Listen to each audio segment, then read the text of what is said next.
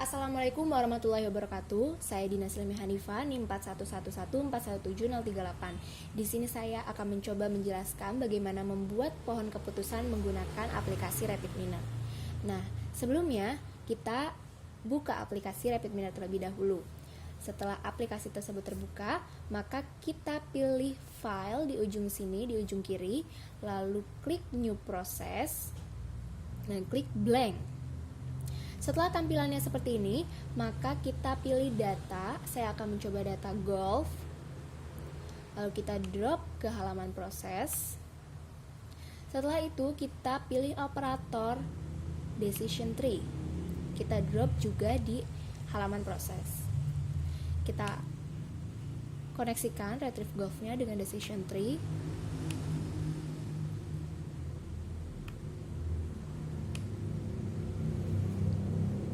Jika sudah seperti ini, maka kita run atau klik tombol segitiga di atas ini di bawah connection. Nah, akan dihasilkan example set sama tree atau decision tree, pohon keputusan. Kita lihat pohon keputusan dari data golf. Yang menjadi node akar atau yang paling atas ini adalah outlook. Outlook sendiri memiliki 3 atribut, yaitu overcast atau mendung, rain, hujan, sunny, cerah. Overcast sudah mengklasifikasikan kasusnya menjadi satu, yaitu yes, atau jadi bermain golf. Jika ramalan cuaca overcast atau mendung, maka dia pasti bermain golf. Nah, namun rain dan sunny belum mengklasifikasikan kasusnya menjadi seperti overcast, maka diperlukan lagi pengklasifikasiannya untuk menentukan apakah dia jadi bermain golf atau tidak. Nah, di sini yang menjadi node dari rain yaitu wind atau berangin. Berangin sendiri memiliki 2 atribut, yaitu ya atau tidak, true or false. Nah, jika ramalan cuacanya hujan dan dia berangin,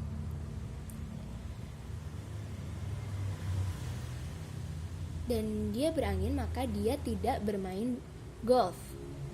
Namun, jika ramalan cuacanya hujan dan dia tidak berangin, maka dia bermain golf. Kemudian sunny. Yang menjadi node dari sunny adalah humidity atau kelembaban. Kelembaban di sini dibagi menjadi 2 range. Range pertama yaitu lebih besar dari 77,5 dan range kedua yaitu kurang dari sama dengan 77,5.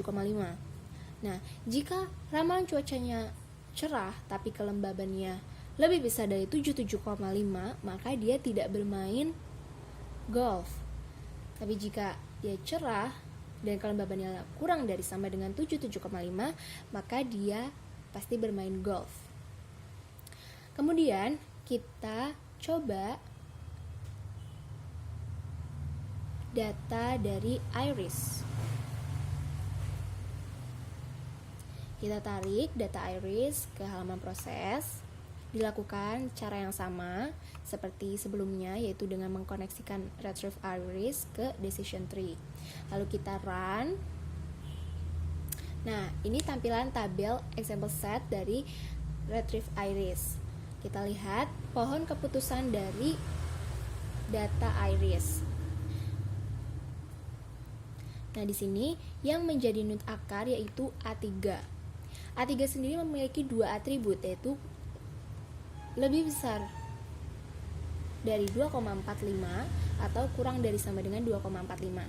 Nah, jika A3 kurang dari 2,45, maka dia sudah mengklasifikasikan kasusnya menjadi satu, yaitu iris setosa, maka dia bunga iris setosa.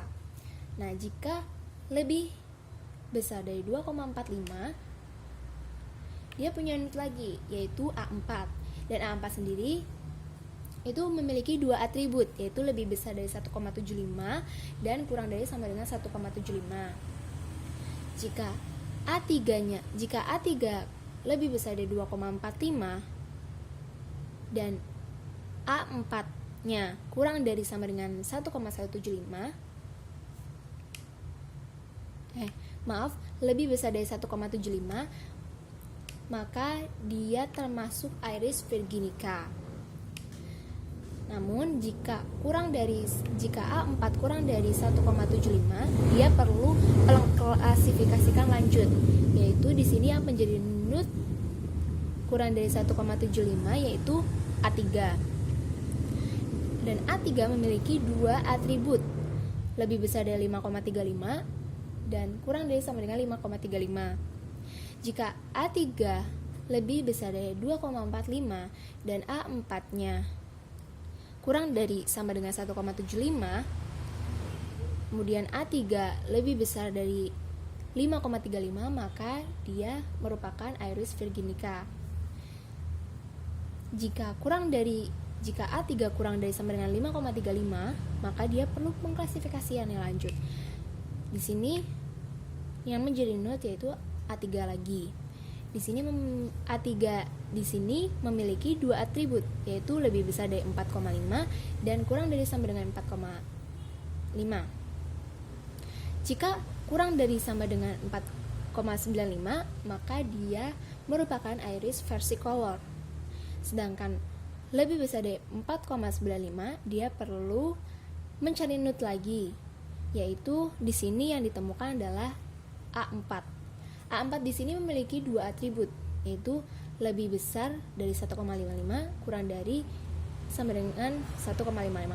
Nah, jika lebih besar dari 1,5 itu merupakan iris versicolor. Jadi jika A3 dari atas, jika A3-nya lebih besar dari 2,45 dan A4 kurang dari sama dengan 1,75, A3 kurang dari sama dengan 5,35 dan A3 lebih besar dari 4,95, A4 lebih besar dari 1,55, maka dia merupakan iris versicolor. Sedangkan kurang dari sama dengan 1,55, maka dia merupakan iris virginica. Begitulah output yang dihasilkan dari data iris. Kemudian kita akan mencoba data sonar. Kita drop ke halaman proses, kita hubungkan juga retrieve sonar dengan decision tree-nya, maka kita run. Lalu, nah, ini adalah example set yang dihasilkan dan di sini ada pohon keputusan yang dihasilkan dari data sonar.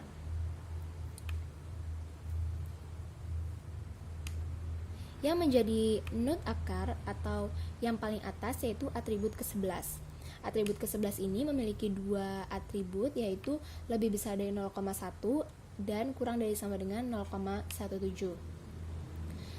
Nah, dua-duanya belum mengklasifikasikan kasusnya menjadi satu, maka perlu dilakukan perhitungan jika itu dihitungkan secara manual. Namun di sini sudah ada, yaitu yang menjadi node dari lebih besar 0,17 yaitu atribut 39. Atribut 39 ini memiliki dua atribut, yaitu lebih besar dari 0,026 dan kurang dari sama dengan 0,062.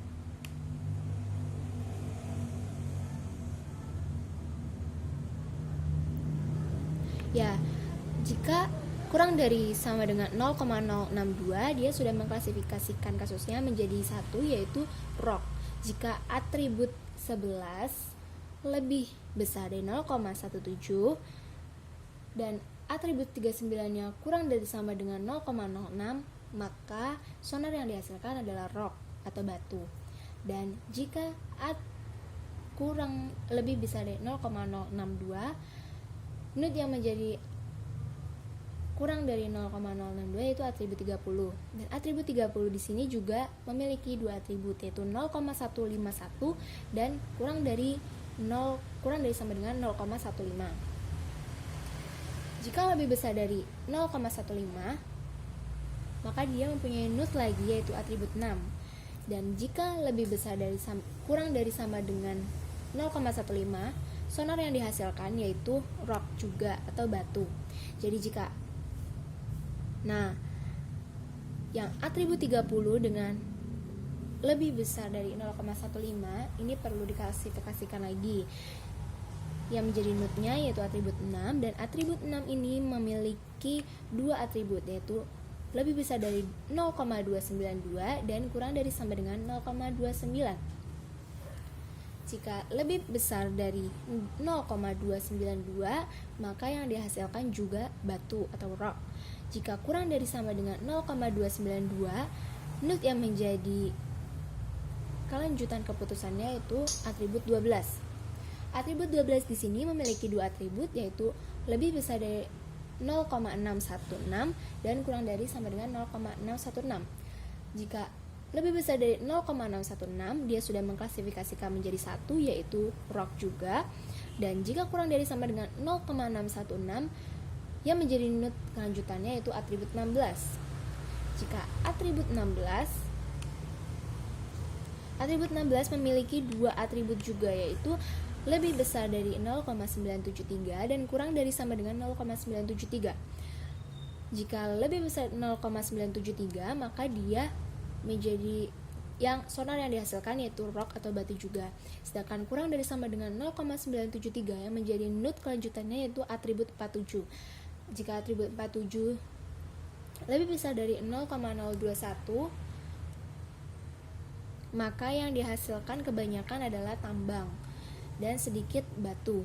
Jika kurang dari sama dengan 0,021, maka yang dihasilkan adalah batu juga. Selanjutnya kita ke atribut 11 yang kurang dari sama dengan 0,171.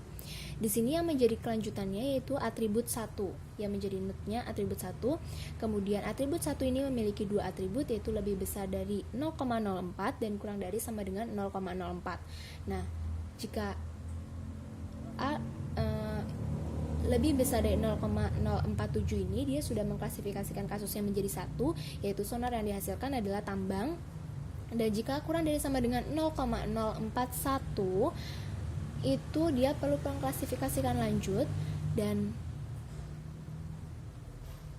yang nut yang didapatkan yaitu atribut 10. Atribut 10 juga memiliki dua atribut, yaitu lebih besar dari 0,022 dan kurang dari sama dengan 0,022.